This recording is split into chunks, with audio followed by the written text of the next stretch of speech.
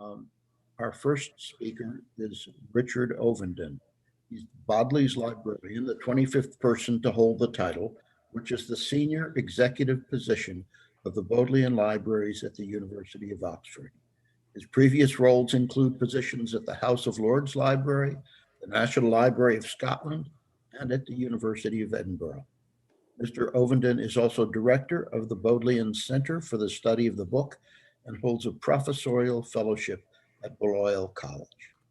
Mr. Ovenden is the author of John Thompson, 1837 to 1921, photographer, a major study of the Scottish photographer, and he writes on the history of libraries, the history of the book, and the history of photography.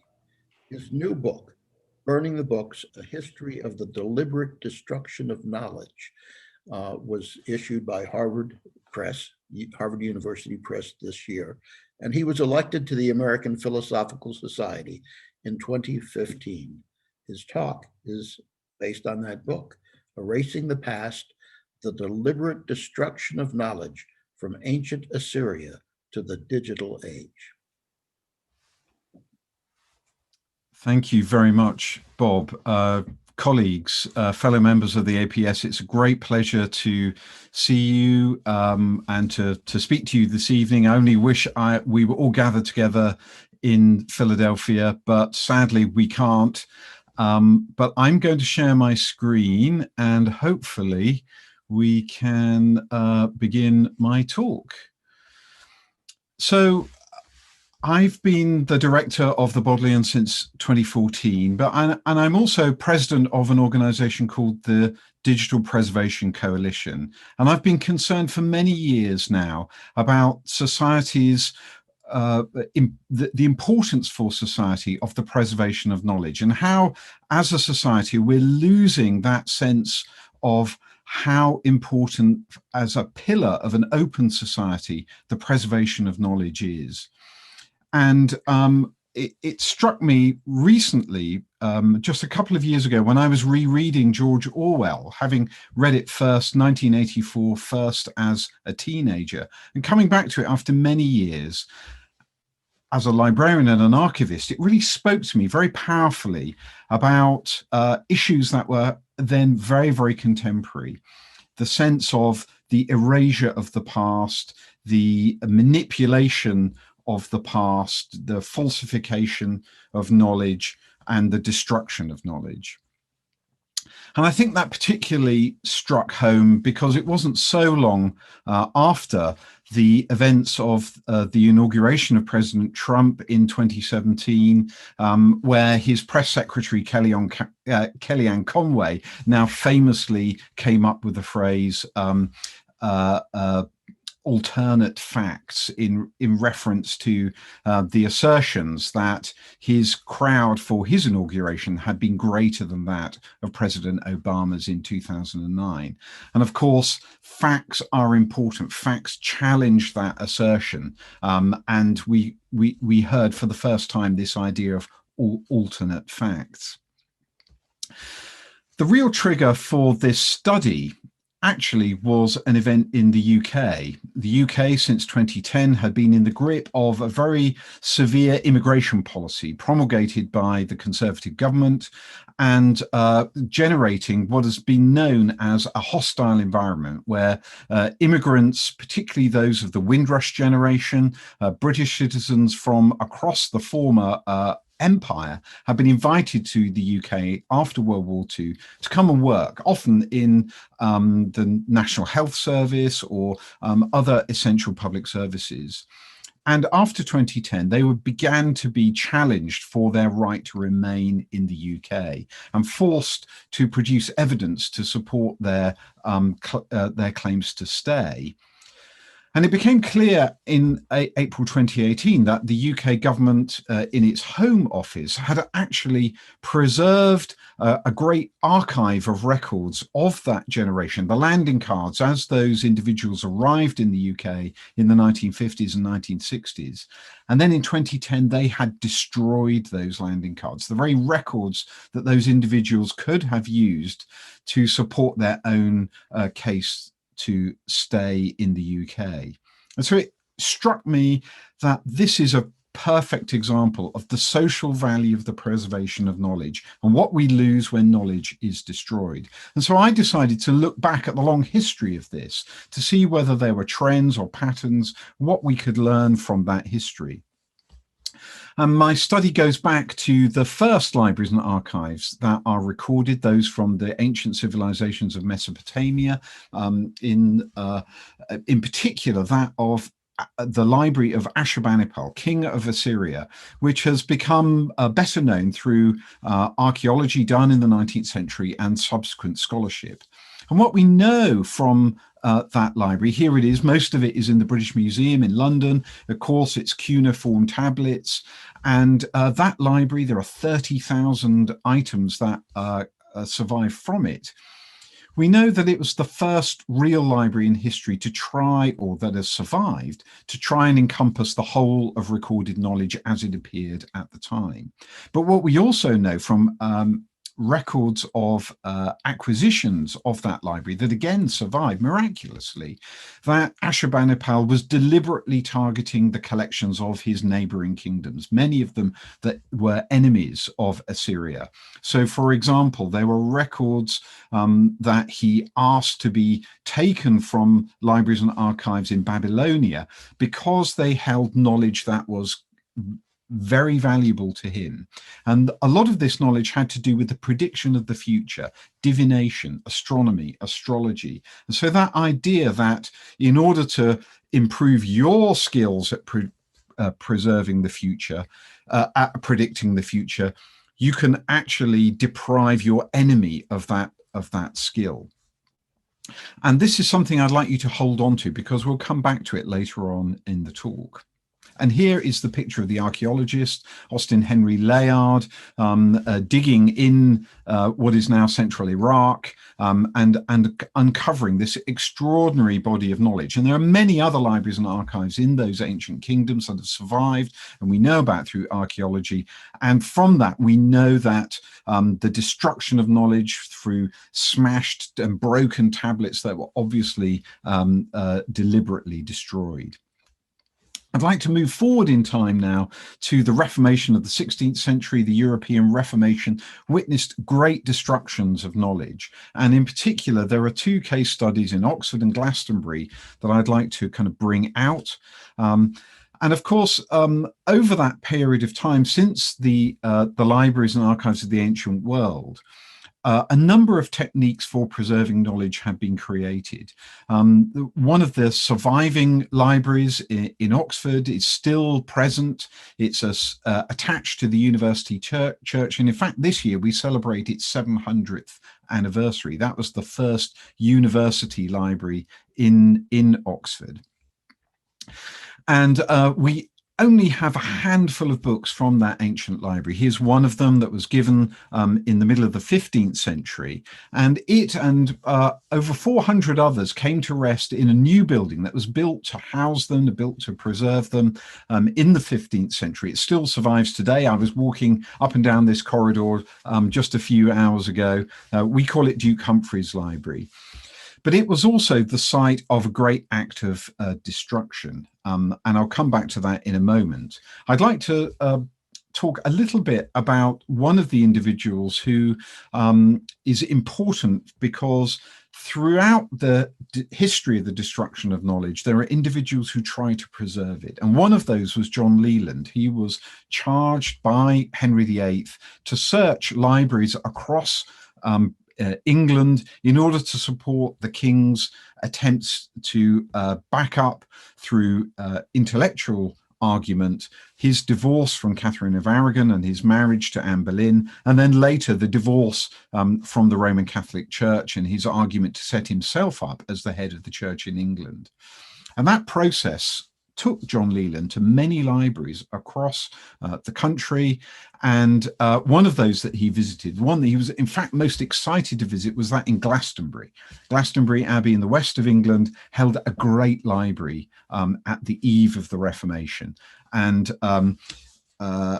Leland records his excitement when he went and visited the library. I'd hardly crossed the threshold, he records, when the mere sight of the most ancient books left me awestruck, stupefied, in fact. So he swooned at the mere sight of these books. And he recorded in some detail those that he consulted. And in fact, we have Leland's archive in the Bodleian, fortunately. And you can see the list of the books that he saw in his visit in the middle of the 1530s to Glastonbury Abbey. But unfortunately, the abbey, like many other of the most of the other religious houses in the country, was dissolved through a series of acts of parliament which enabled the properties to be seized by the king, or for the properties to be sold and given either given away as patronage, or the properties allowed to be sold by the king's advisors and friends. And that was certainly the case at Glastonbury. Almost none of the books in the library survive. There must have been probably 1,500, and probably only 60. We know of 60 that survive, a number of them in the Bodleian, like this one, which is in fact the one listed and seen by John Leland at the bottom of this list, Grammatica Uticis Liber Olim Sancti Dunstani, a book of ancient grammars owned by a former Archbishop of Canterbury in the 9th century, St. Dunstan, and you can see him here kneeling at the foot of Christ. But what happened to those books is that most of them were destroyed. Most of them had their pages torn out, and they were sold to butter makers to wrap butter in, or pie makers to line pie dishes. But a few antiquaries like John Leland kept the books for themselves and protected them.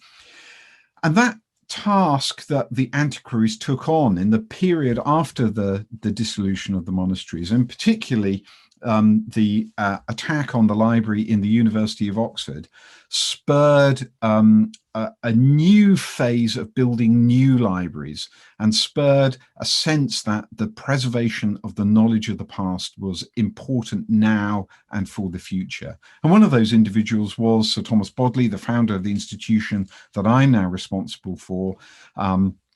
Here he is, painted by the great miniaturist Nicholas Hilliard. But his act really was to reform the library as an institution dedicated to the preservation of knowledge. And we are still happily in existence more than 400 years later. Many of the books, or all of the books really, that he acquired in that early period are still available for study today, alongside many others, of course.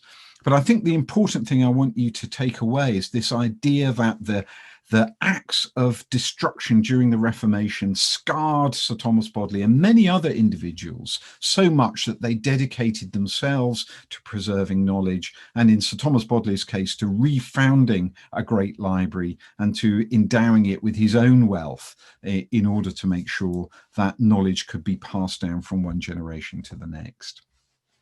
I'd like to go forward to another case, this time of the Library of Congress in 1814, an episode, a very ignominious episode in British history. It's not one that I was taught at school, but one where this gentleman, Admiral Sir George Cockburn, headed a British expeditionary force to the United States in the early 19th century and besieged Washington, D.C. in 1814, and coming to the city, finding the Congress building with its library on the upper floor. And as one of the members of the British expedition, a man who was educated at my college, Balliol, in Oxford, in fact, George Gly, provides us with an eyewitness account. And he says that he did not recall a scene more striking or sublime than what you see in the background of this mezzotint portrait, the burning of Washington. But he had to admit, looking afterwards at the smouldering ruins of the Congress building with its library, a pile of ashes, that a noble library, he recalled, was committed to the flames, which might better have been spared. So even he, part of the conquering forces, realized that the destruction of the library was almost fatally damaging the new nation's ability to govern itself, with the knowledge that the legislature and the government officials needed in order to manage their country. But again, this act of destruction spurred a new act. And here, if you go to the Library of Congress, I'm sure many of you have seen the wonderful display of Thomas Jefferson's library. And the news of the destruction in 1814 reached Jefferson in Monticello, and he generously offered to sell books from his own private library in order to support the rebuilding of the Library of Congress. It took Congress a few months to decide whether or not to vote the money to buy the library, but eventually they did. 6,500 volumes were purchased for $24,000 in 1814. And just to show that there are no hard feelings, here's our fellow APS member, Carla Hayden, the current Librarian of Congress, and myself burying the hatchet.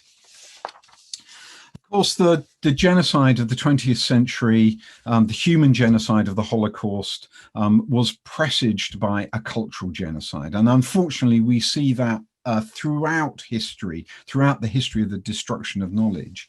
And there's one episode that in the country of Lithuania that I'd like to draw your attention to. I think we all have this image seared in our minds. Those of us who've seen it, it's from the 10th of May, 1933, the great orchestrated theatrical book burning that Goebbels initiated in the center of Berlin, in one of the most meaningful sites for Germans on Unter den Linden itself, with books from Jewish libraries, but also books from an institute for sexuality and sexual study, which had lots of gay literature, were also burned in this conflagration at the time. And that really heralded a very, very dark period for knowledge. Almost 100 million books have been estimated to have been destroyed by the Nazi Holocaust. And that was certainly the case in the city of Vilna in Lithuania, what we now call Vilnius, which was a great center of Jewish intellectual and spiritual life. There are many libraries. This is the Strashun, a famous library of both Hebrew and Gentile books that were available for the Jewish community in Vilna. But there were other libraries. And in particular, there was a fantastic movement to record the lives of everyday Jewish culture, an institute called YIVO, which was founded in the 1920s in Vilnius. And it collected fantastic material, including here the diaries of Theodor Herzl, the great pioneer of the Zionist movement.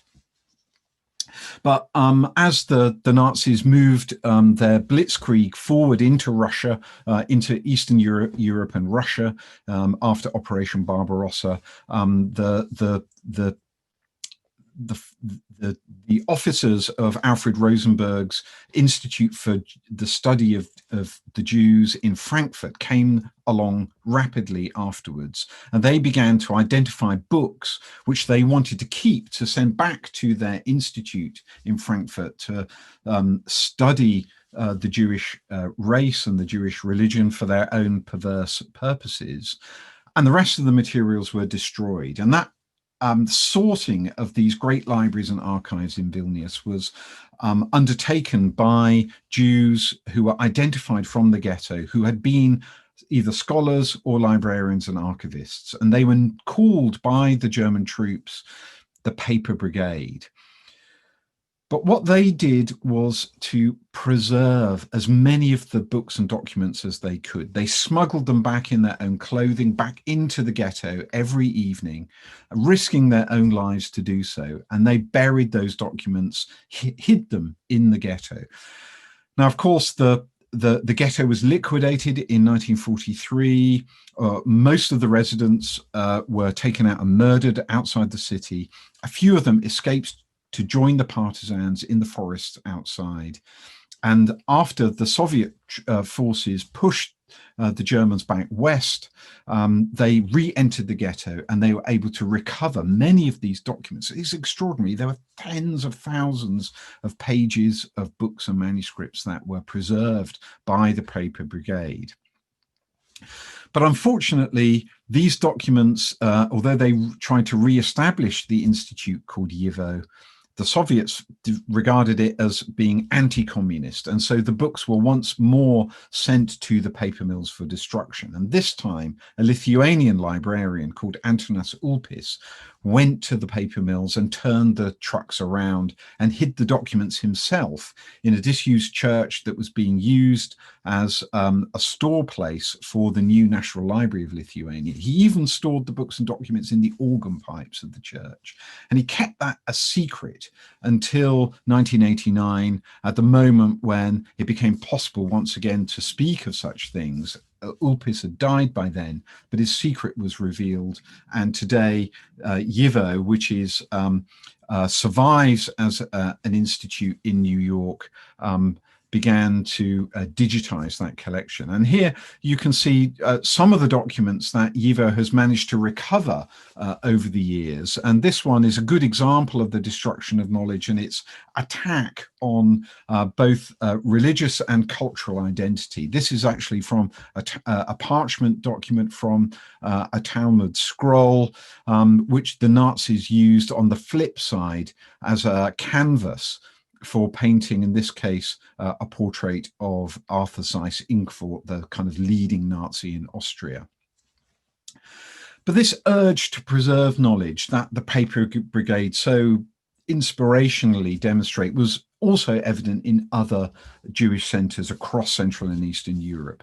Here is the discovery of documents that were hidden by a group in the Warsaw Ghetto called Oyneg Shabes, led by Erwin Ringelblum, an extraordinary man who tried to document life in the Warsaw Ghetto itself as a witness to that moment in history. And he wanted people to understand what they went through, what they did in those few years in the Warsaw Ghetto.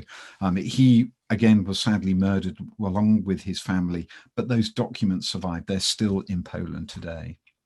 Here are the remnants of YIVO's collections that were discovered in Rosenberg's institute in Frankfurt and sent back to New York in 1947. And here you can see members of YIVO unpacking the documents. Miraculously, one of the librarians in the Vilna ghetto, a member of the paper brigade, Dina Abramovich, also survived, and she later became a librarian at YIVO in New York. And in many ways, I'd like to dedicate this talk to her memory. And here, again, this impulse to preserve that culture, to preserve the knowledge of those people, of that civilization, it still survives in recovered documents from all over Europe, in New York, and in the YIVO Institute. But again, sadly, we failed to learn the lessons of the past as a civilization. And again, in the 1990s, in the wars in the former Yugoslavia, knowledge again was attacked as part of a cultural genocide that went alongside a human genocide. Here is the National Library of Bosnia and Herzegovina in Sarajevo, deliberately targeted by Serb forces with incendiary bombs, and the firefighters and librarians who tried to save the library were targeted by snipers. And the same thing happened across Bosnia. And of course, it's only 25 years ago since the massacre of Srebrenica. So we should be very much aware of the deliberate destruction of knowledge as the heralding of human genocide, sadly, in many cases. I'd like to move from this very global national level to the personal now, just for a moment, the acts of self-deletion, the idea that individuals, particularly writers, might choose to preserve their own reputations, their own legacies by the deliberate destruction of knowledge. In the case of Franz Kafka, his archive, he asked his great friend and literary executor, Max Brod, to destroy his papers after his death, but Max Brod disobeyed the instructions of Kafka. Unfortunately, the same was not true of the loved ones of Philip Larkin, the two main people in his life, his lover Monica Jones and his secretary Maeve Brennan, deliberately destroyed his diaries on his instructions after he died. And of course, the case of Ted Hughes, who destroyed the last volumes of Sylvia Plath's journals, those which documented her state of mind in the time leading up to her suicide. There's been questions posed by scholars. Did he destroy those documents in order to save his children from having to read the harrowing contents? Or was he more concerned about his own reputation and how it would seem if the contents of those journals were to be made public? I'd like to end by looking at the current digital age that we're in and the dangers which I think are inherent in the transformation of the way that knowledge is created and shared, that we have been going through over the past 20 or 30 years and are continuing to move through. The age of digital abundance. And I think that there are many inherent risks for society, for an open society, for democracy in this current digital age. And it struck me also reading about the preservation by ordinary citizens of the archives of the Stasi in Eastern Germany at the moment of the fall of the Berlin Wall in 1989. Ordinary citizens moved into many Stasi headquarters in order to preserve the files. And those files became made available to the public as part of the kind of healing of society, the facing up to their difficult past. And it struck me that we put so much emphasis on digital platforms, on the web, the internet, in order to share knowledge, that those platforms are inherently unstable. And this can be very dangerous, I think, for society. There was a classic example. The Harvard Law Library did a survey of the website of the Supreme Court of the United States in 2011, and they discovered that almost 40% of the web links of the decisions, the opinions of the Supreme Court were broken, that they didn't resolve. And so, you know, essential documents like the laws of the land were unable to be consulted by the public. And of course, there are many examples of commercial companies like Flickr who've had to change their policies and has resulted in knowledge which individuals have placed in those platforms for often for free, being destroyed as those business models have changed and evolved. And we saw another one in August this year, a firm called Ever, we discovered was perhaps not quite so everlasting after all. But what we also know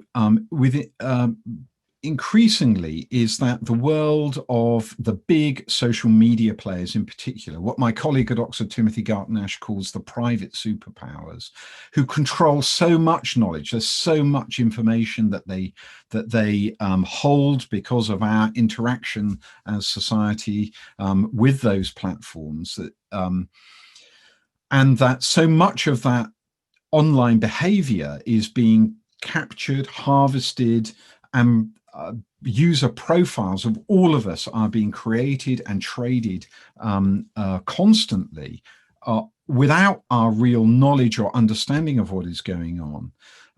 And these, I think, pose great dangers for society.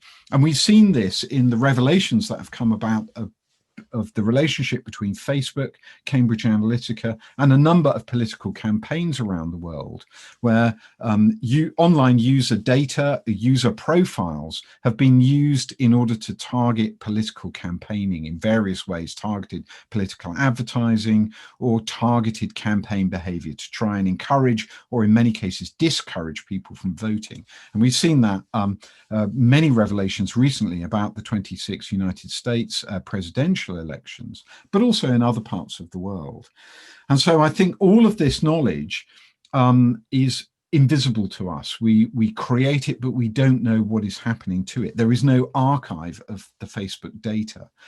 But there are attempts. Libraries and archives are trying to create archives. In the National Library of New Zealand, for example, they are encouraging New Zealanders to donate their own Facebook profiles to the National Library in order to build a picture of New Zealand life through Facebook.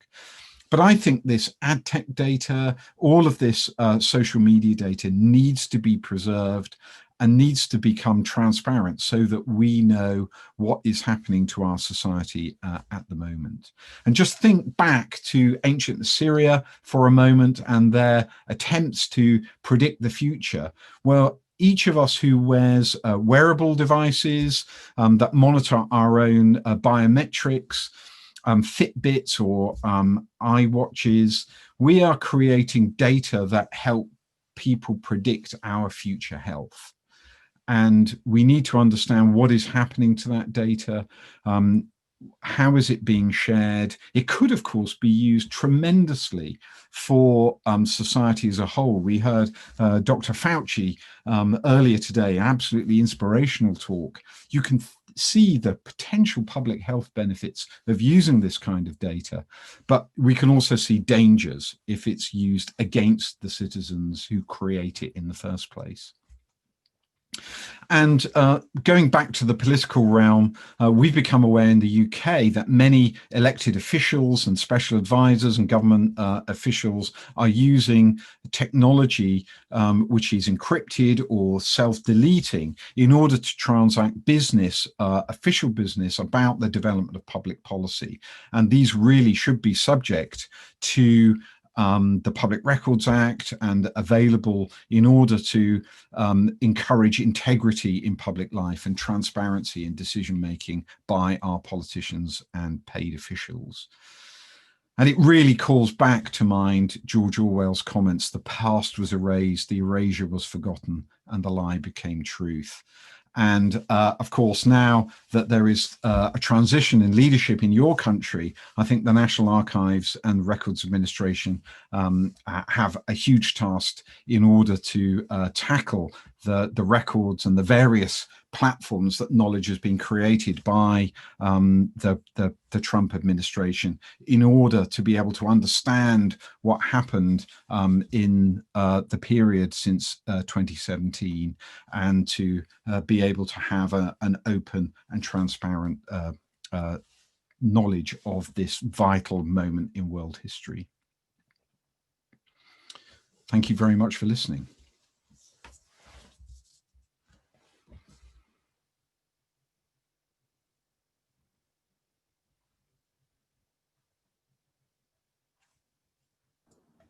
Thank you. This was really an awesome and I should say scary talk, running from sort of pure destruction to an inadvertent loss and stuff that never seems to get recorded and falsity. There seems to be quite a kind of a line here. We have time. This has run a bit long, so we have time for only a couple of questions here.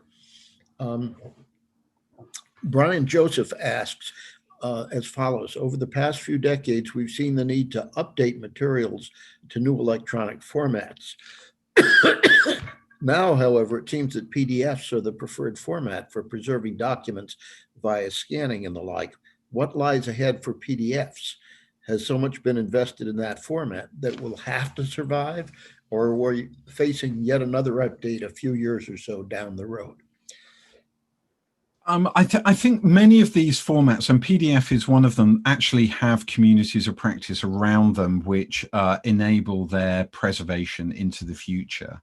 And I think that we've invested enough in the library and archive community in order to support the preservation of highly widely adopted standards like PDF.